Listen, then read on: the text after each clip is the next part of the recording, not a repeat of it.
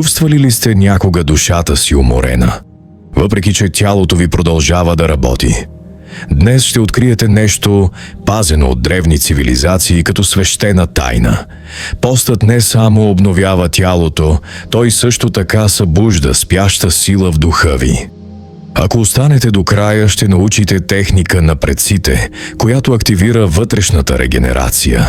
Ключ, който много майстори са използвали, за да пречистят енергията си, да успокоят умовете си и да се свържат отново с най-дълбоката си цел. Окончателното разкритие ще бъде дадено само на тези, които слушат до последната секунда. Ако сте готови, напишете в коментарите: "Отварям вътрешната врата". Тибетска легенда разказва за монаси в най-високите планини, които практикували мълчалив пост, преди да получат каквито и да било духовни учения. Те казвали, че когато тялото престанало да се храни с външния свят, то започнало да се храни с вътрешния свят. В Египет посветените прекарвали дни в уединение, утвърждавайки, че само пречистеното тяло може да поддържа светлината на духа. А в сърцето на пустинята мъдреците от Близкия изток шепнали: когато тялото е безмълвно, същността се пробужда. Любопитното е, че всички тези култури, разделени от хиляди мили, стигнали до едно и също забранено знание. Постът отваря врата, която малцина смеят да прекрачат. Но имало и нещо повече. Шаманите на предколумбова Америка влизали в дълги периоди на въздържание преди най-важните си церемонии. Те разбирали, че всяка хапка храна свързва човешкото същество с земята, с платното, с осезаемото, и че само чрез временно прекъсване на тази връзка духът можел да се издигне до равнини, където отговорите пребивават в тишина. В свещените пещери на Индия йогите открили, че физическият глад е само първият слой на много по-дълбока трансформация. Те забелязали, че след третия ден без храна нещо се променило. Сънищата станали ясни, интуицията се изострила като ножове и чувство за лекота обгърнало всяка мисъл. Това не било слабост, това било трансмутация. Есеите, тези пустинни мистици, предшествали християнството, говорили за поста като за брак между тяло и дух. Те вярвали, че доброволното въздържание от храна е декларация за суверенитет. Аз не съм роб на нуждите си. Аз съм този, който решава кога да спре, кога да се вслуша, кога да се върне към същността си. И може би най-показателното от всичко е, че никоя от тези традиции не е гледала на поста като на жертвоприношение. Те го виждали като причастие, като акт на себелюбие, начин да се каже на тялото почивка и на душата събуди се. Имало дори ритуал сред келтските друиди, при който преди да вземат важни решения за общността, водачите се оттегляли без храна за 3 пълни дни. Те вярвали, че само с празен стомах сърцето може да се изпълни с яснота и че решенията, взети в това състояние, носят белега на свещеното. Днес мнозина гледат на постенето като на мода, инструмент за отслабване или подобряване на здравето. И макар тези ползи да съществуват, те са само повърхността на древен океан. Защото това, което всички тези култури са знаели и което малцина помнят днес, е, че истинското постене не се случва в стомаха. То се случва в съзнанието. Ако се чувствате готови да продължите да слушате, коментирайте "Избирам да помня". Представете си за момент, че тялото ви е храм. Но не празен храм, а по-скоро такъв, в който се натрупват дарове през годините. Някои са красиви, други са престанали да бъдат такива. С течение на времето храмът се препълва толкова много, че не остава място за нищо ново. И тогава храмът престава да бъде място за срещи и се превръща в склад. Така работи системата във вас. Всяка необработена емоция, всеки разговор, който сте потискали, всеки страх, който сте погълнали, вместо да изразите, се превръща в затворена информация. И тази информация има тегло. Въпреки че не можете да я видите на кантар, духът ви я усеща. Енергията ви я носи. Древните мъдреци са разбирали нещо, което съвременната наука едва сега започва да преоткрива, че тялото никога не забравя, че всяко преживяване се записва не само в ума, но и в клетките, в тъканите, в органите. И че когато тези спомени се натрупват, без да бъдат освободени, тялото започва да говори на единствения език, който познава – дискомфорт, безсъние, тревожност, умора без видима причина. Болки, които лекарите не могат да обяснят. Раздразнителност, която сякаш възниква от нищото. Всичко това са послания. Те са признаци на претоварена система, която моли, почти умолява за момент на пауза. Но ето тайната, която малцина разбират. Не светът ви изтощава. Това е вътрешната съпротива. Това е постоянното усилие да се задържите за емоциите, от които никога не се отказвате. Да водите разговори, които никога не сте завършили. Да носите вина, която никога не ви е принадлежала. И всичко това се натрупва, сгъстява се, превръща се в шум. В традиционната китайска медицина съществува концепция, наречена застой на ци. Те говорят за енергия, която би трябвало да тече като река, но спира, сгъстява се, превръща се в локва. И този застой не засяга само тялото. Той засяга умствената яснота, емоционалната стабилност, способността да се чувства истинска радост. Персийските суфи са имали практика, която са наричали постът на душата. Това не е било просто въздържание от храна. Това е било въздържание от оплаквания, от критика, от негативизъм. Те са разбирали, че истинската храна за духа не влиза през устата, а чрез мисли, думи и намерения. И че душа, хранена с психическа токсичност, е толкова болна, колкото тяло, пълно с отрова. Така че, когато говорим за обновление, не говорим само за прочистване на храносмилателната система. Говорим за прочистване на емоционалния запис, за освобождаване от разказите, които повтаряте за себе си, за освобождаване от идентичности, изградени върху стари рани. Защото ето най-неудобната истина. Често не става въпрос за това, че не можете да се промените. Става въпрос за това, че сте свикнали толкова много да носите тежестта, че вече не помните какво е усещането за лекота. И тялото ви, верен пазител, продължава да държи всичко това, защото вярва, че това е негов дълг. Докато не му дадете разрешение да се освободи. Постенето, гледано от тази перспектива на предците, не е лишение. Това е освобождение. Това не е отсъствие. Това е пространство. Пространство за тялото да си спомни естествената си интелигентност. Пространство за ума да спре да се защитава от въображаеми опасности. Пространство за духа да диша без тежестта на натрупаните очаквания. И когато най-накрая създадете това пространство, се случва нещо изключително. Системата се пренарежда. Приоритетите стават ясни. Интуицията се завръща. И откриваш, че силата, която си търсил отвън, винаги е била вътре, чакайки момента, в който спреш да изпълваш всяка тишина с шум. Ако разбираш този зов, напиши: освобождавам се от бремето. Съществува универсален принцип, който преминава през всички духовни традиции. Трансформацията изисква разрушение. Не като насилствен акт, а като естествен процес. Точно както гората се нуждае от огън, за да се регенерира. Точно както семето трябва да бъде счупено, за да даде живот на дървото. Човешките същества се нуждаят от моменти, в които старото се разтваря, за да може да се появи новото. Средновековните алхимици го наричали «солве ет коагула» – разтвори и коагулирай.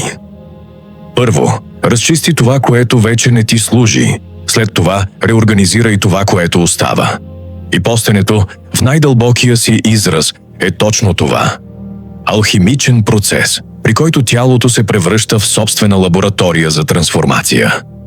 Когато преустановите постоянния прием на храна, организмът активира древен механизъм, който съществува от зората на човечеството.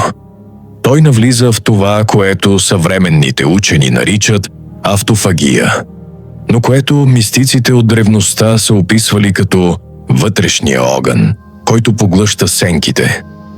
Този процес е толкова интелигентен, че е почти невъзможно да се повярва, без да се изпита. Тялото започва да идентифицира от какво вече не се нуждае.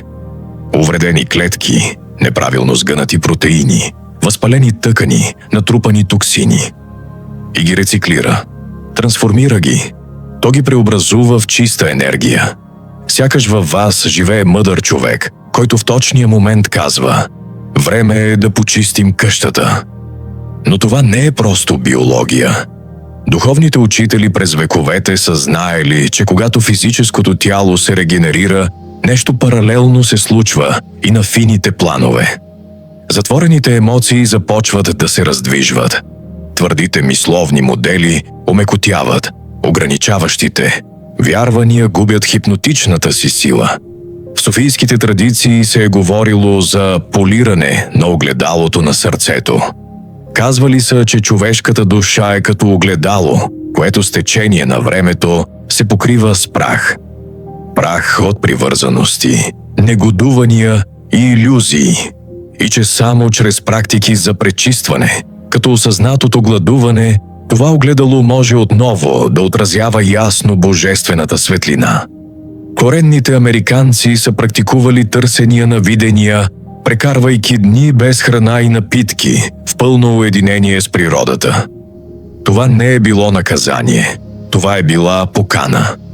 Те са вярвали, че само когато шумът на света замлъкне и тялото влезе в променено състояние на съзнанието, духовете на предците могат да общуват, виденията да пристигат и целта на живота да бъде разкрита. И ето я завладяващата част. Те не се нуждаеха от сложни научни обяснения. Те просто знаеха. Те бяха наблюдавали поколения наред, че онези, които са преминали през тези процеси, се връщат променени, по-центрирани, по-ясни, по-свързани с нещо по-голямо от самите тях. Защото когато дадете на тялото си почивка от външния свят, нещо дълбоко вътре се активира. Енергията, която обикновенно се използва за смилане, обработка и усвояване на храната, се пренасочва навътре. Към изцеление, към реорганизация, към откровение. Сякаш сте слушали музика с пълна сила през целия си живот и изведнъж някой натиска пауза.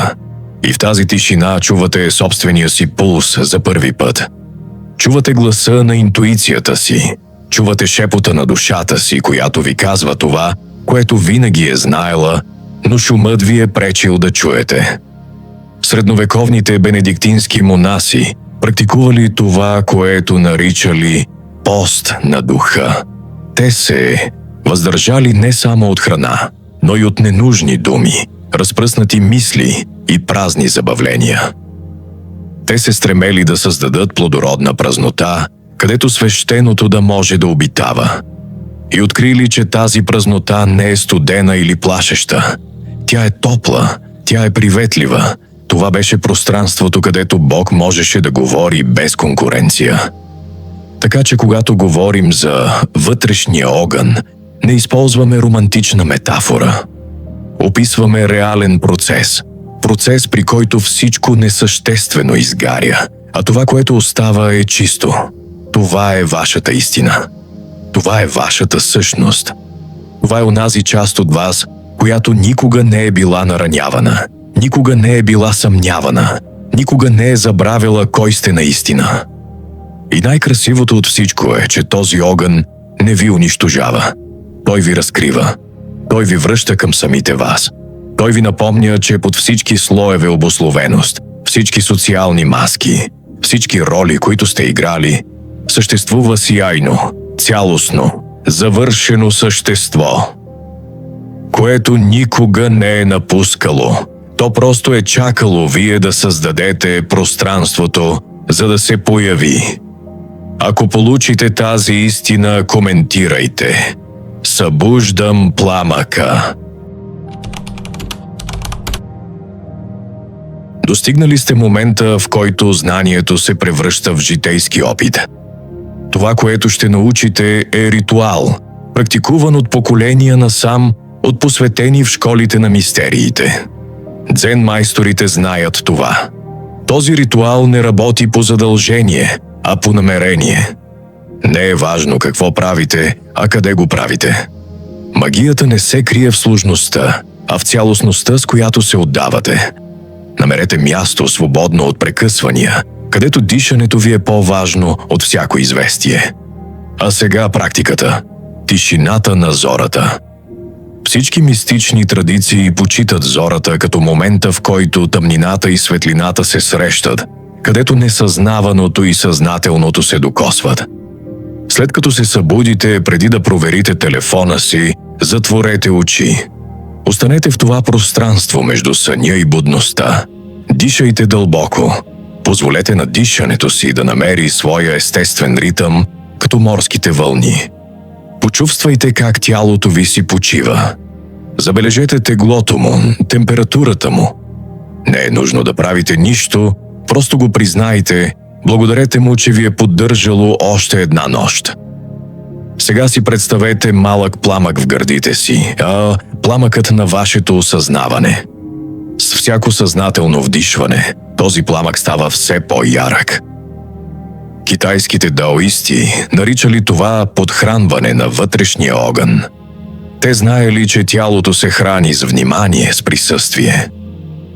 В тези първи моменти от деня, когато стомахът ви е празен, има уникална възможност да подхраните нещо много по-дълбоко – наблюдение на празнотата.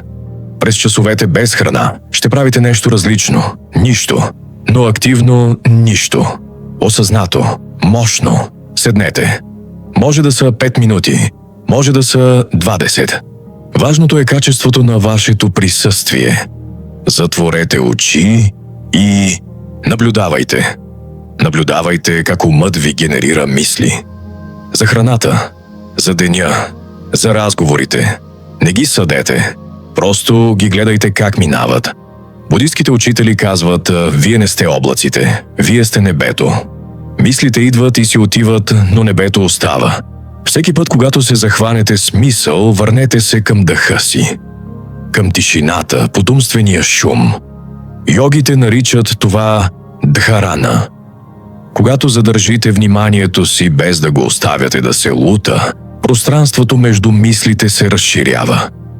И в тази съзнателна празнота има мир, който не зависи от нищо външно. Вътрешният пламък. Сега, след като създадете това пространство на тишина, насочете вниманието си към центъра си. Поставете дясната си ръка върху сърцето си. Почувствайте топлината на дланта си. Почувствайте пулса, този свещен барабан, който бие още преди да се родите. В софийските традиции сърцето е мястото, където човешкото и божественото се срещат. Точката на връзка между вашето индивидуално съзнание и универсалното. Дишайте в тази точка. Представете си, че с всяко вдишване внасяте златна светлина в сърцето си. Със всяко издишване тази светлина се разширява из цялото ви тяло. Сибирските лечители говорят за светлинното тяло, което съществува в физическото тяло. Този момент е начин да се свържете отново с него. Да напомните на системата си, че нещо сияйно, неразрушимо и вечно обитава във вас. Докато държите ръката си върху сърцето си, повтаряйте: в мен живее сила, която знае как да ме излекува. В мен съществува мъдрост, която знае как да ме води. Семенната дума. В индуизма съществува биджа мантра, звуковото семе. Думи, които повтаряни с правилното намерение, имат силата да проявяват реалности. Думите са вибрации, които влияят на вашето енергийно поле. Фразата е «Аз съм обновен отвътре». Повторете я бавно, не като бъдеща надежда, а като настоящо заявление. Вие не молите да бъдете обновени. Вие утвърждавате, че това вече се случва. Шаманите знаят, че думите имат творческа сила. Това, което наименувате, вие го призовавате. Това, което утвърждавате с убеждение, вие го проявявате. Повторете фразата 7 пъти. Числото на пълнотата. На пълната трансформация. Всяко повторение е като поливане на семе в плодородна почва. Когато приключите, замълчете. Позволете на вибрацията да се успокои. Позволете на системата си да интегрира случилото се. Отворете бавно очи. Вие, които сте започнали този ритуал, не сте същият вие, който го завършвате. Нещо се е променило. Ще го усетите в качеството на вашето присъствие, в яснотата на погледа ви. Този ритуал е практика, любяща дисциплина. Напомняне, че имате силата да се върнете в центъра си, когато светът ви разсее. Ако ще практикувате този ритуал, напишете «Аз запалвам центъра си». Духовният път на всеки човек има момент, в който настъпва тихо, но окончателно пробуждане. Това е когато разбирате, че не сте жертва на обстоятелствата си, нито роб на апетитите си, нито затворник на моделите си. Това е когато осъзнавате, че във вас съществува суверенна сила, способна да избира, насочва и трансформира.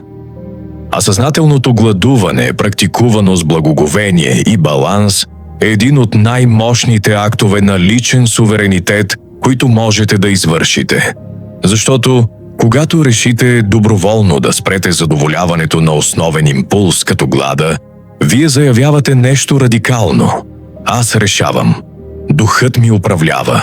Тялото ми е моят храм и аз съм този, който избира как да го почита. Това не е нова идея. Римските стоици, като Марк Аврелий, са практикували периоди на умишлена аскеза. Не защото са мразили удоволствията, а защото са разбирали, че истинската свобода не идва от това да имате достъп до всичко, а от това да не се нуждаете от нищо, за да бъдете в мир. Те са тренирали волята си като мускул, а гладуването е било един от основните им инструменти. В тибетския будизъм има практика, наречена цок, която буквално означава натрупване на заслуги. Практикуващите правят вътрешни приношения, символично отказвайки се от своите привързаности, желания и съпротиви. Част от тази практика включва периоди на въздържание от храна, като жест на съзнателно откъсване. Това не е страдание. Това е упражнявана свобода. Когато можете да седите с глад, без да реагирате веднага, без да бягате в разсейване, без да запълвате празнотата с първото нещо, което намерите, нещо дълбоко се променя във вас. Започвате да забелязвате, че повечето от вашите импулси не са истински нужди. Те са навици. Те са автоматични реакции на емоции, които не знаете как да обработите по друг начин. Колко често ядете не защото сте гладни, а защото ви е скучно, тревожно, тъжно или просто защото е време. Постенето ви учи да правите разлика между истински глад и емоционален глад, между нужда и прищявка, между това, което тялото ви иска и това, което умът ви изисква по навик. И това разграничение е революционно. Защото ако можете да спрете желанието за ядене, можете да спрете желанието за съдене. Ако можете да наблюдавате глада без да реагирате, можете да наблюдавате гнева без да експлодирате. Ако можете да седите с физически дискомфорт без да бягате, можете да седите с емоционален дискомфорт без да се разпадате. Йогите знаят това. Ето защо Бхагавад Гита говори за постенето като форма на духовна дисциплина.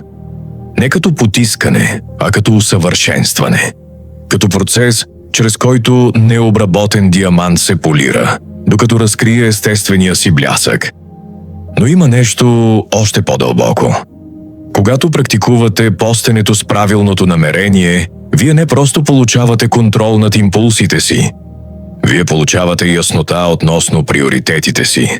Защото, когато тялото не е заето с храносмилането, умът не е зает с оправданията. И в тази тишина започвате да виждате с почти болезнена яснота какво наистина има значение в живота ви. Повърхностните взаимоотношения губят своята привлекателност. Разсейването губи силата си. Драмите губят своята неотложност. И това, което остава, това, което наистина трае, е това, което винаги е било там, чакайки вашето внимание. Вашата цел, вашата истина, вашият път. Християнските пустинни мистици и онези отшелници, които се оттеглили в пещерите на Египет в ранните векове на нашата ера, практикували екстремно постене, не защото са презирали тялото, а защото са искали да го освободят от тиранията на желанието. Те искаха да изпитат, че животът не зависи от постоянното задоволяване на апетитите, че мирът не изисква външни условия, че цялостността е вътрешно състояние, а не натрупване на преживявания. И много от тях съобщават за дълбоки мистични преживявания през тези периоди. Видения, откровения, срещи с Божественото. Не защото постът е магически, а защото са създали условията за появата на финото. Те са заглушили шума, те са изпразнили храма. И в тази свещена празнота вечното можеше да се прояви. Днес, в свят, обсебен от натрупване, постоянно потребление и мигновено удовлетворение, актът на доброволно спиране е почти революционен. Това е акт на духовен бунт. Той казва на системата: не, нямам нужда от повече. Не съм непълен. Нямам нужда да запълвам всяка празнота с нещо външно. И когато живеете от това място, когато си възвърнете вътрешния си суверенитет, всичко се променя. Не защото светът е различен, а защото вие сте различни. Вървите по-леко. Говорите по-ясно. Решавате с повече мъдрост, защото сте си спомнили нещо фундаментално. Че истинското изобилие не е в това колко консумирате, а в това колко сте завършени с това, което вече имате. С това, което вече сте. Ако получите тази истина, коментирайте: прераждам се отвътре. Чували сте учение, което векове наред е било предавано, мълчаливо от учител на ученик. Обновлението започва, когато си дадете разрешение да се изпразните. По този канал ние вървим заедно към вътрешна яснота, към духовната сила, която мнозина са забравили, но която все още живее във вас. Нека тази практика отвори пътя ви и ви съпътства през всяка трансформация. Запомнете тази фраза: това, което освобождавате, ви прави свободни. Ако желаете да се присъедините към тази общност от пробуждащи се души, абонирайте се и продължете това пътешествие с нас.